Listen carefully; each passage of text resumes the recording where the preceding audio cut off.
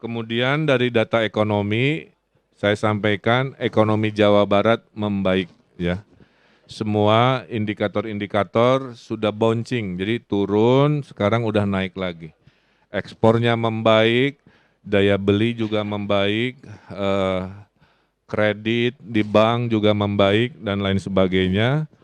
Yang paling luar biasa itu perbaikannya adalah sektor angkutan dan komunikasi, ya, itu naiknya 47% ya. Jadi memang ngangkut barang, ngangkut orang, dan semua pindah ke digital mengakibatkan ekonomi di sektor ini memang paling besar, kira-kira begitu. Nah, terakhir, walaupun membaik, ada 2.000-an perusahaan di Jawa Barat yang terdampak oleh COVID, dan hampir 500 perusahaannya mem-PHK. Ya. Jadi Jawa Barat itu sektor manufakturnya itu adalah terbesar se-Indonesia. Paham ya? Jadi dari 100% manufaktur industri ngumpulnya di Jawa Barat 60%. Oleh COVID, sektor yang paling parah itu manufaktur dan jasa. Jadi karena jumlah industrinya paling banyak se-Indonesia Raya dan sektornya paling terdampak, maka jumlah PHK-nya juga paling banyak. Itulah kenapa upah minimum Provinsi Jawa Barat tidak dinaikkan, mengikuti surat edaran dari Kementerian Tenaga Kerja. Ya. Jadi jangan dibandingkan dengan provinsi lain yang industrinya sedikit dibanding Jawa Barat. Jadi di Pulau Jawa ini paling banyak industri kan di Jawa Barat dan Banten.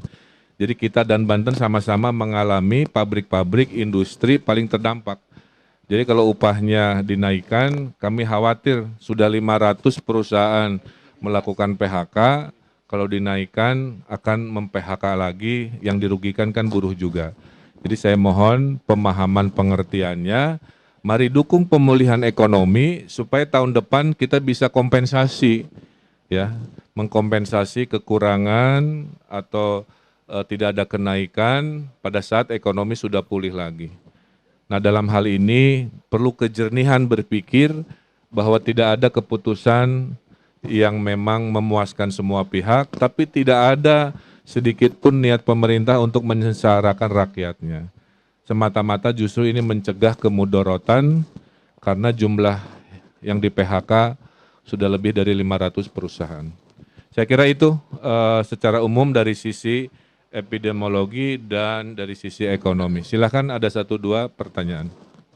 Itu tadi terkait yang disampaikan oleh Bapak Gubernur bahwa di Jawa Barat tidak akan menaikkan UMP 2021 kan. Nah di satu sisi mungkin apa tindakan yang dilakukan oleh pihak Pemprov Jabar dengan reng-rengannya untuk mengantisipasi gejolak yang akan terjadi di kaum buruh. Sedangkan mereka sekarang sudah menilai seperti contohnya Yogyakarta dan juga Jawa Tengah menaikkan UMP. Nah mungkin ketika mereka sekarang sudah kecewa dengan Omnibus Law, apakah tindakan apa yang akan dilakukan oleh Pemprov Jabar untuk mengantisipasi hal-hal yang tidak diinginkan dengan gerakan-gerakan massa yang akan menimbulkan klaster baru dalam COVID-19 ini, Pak? Ya, tadi juga dibahas, jadi saya tugaskan Pak Sekda, Pak Kepala Dinas Tenaga Kerja untuk mensosialisasikan secara informal gitu ya, secara baik-baik.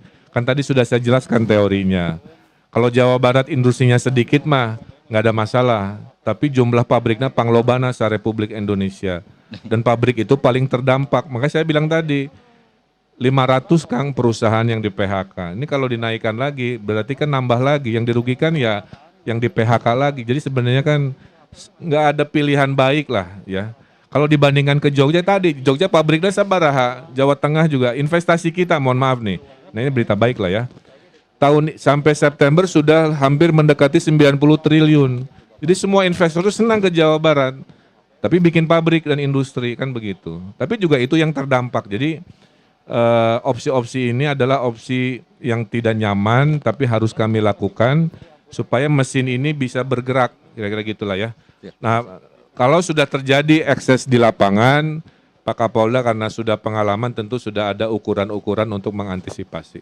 Terima kasih hatur nuhun, jaga kesehatan sampai minggu depan. Assalamualaikum warahmatullahi wabarakatuh.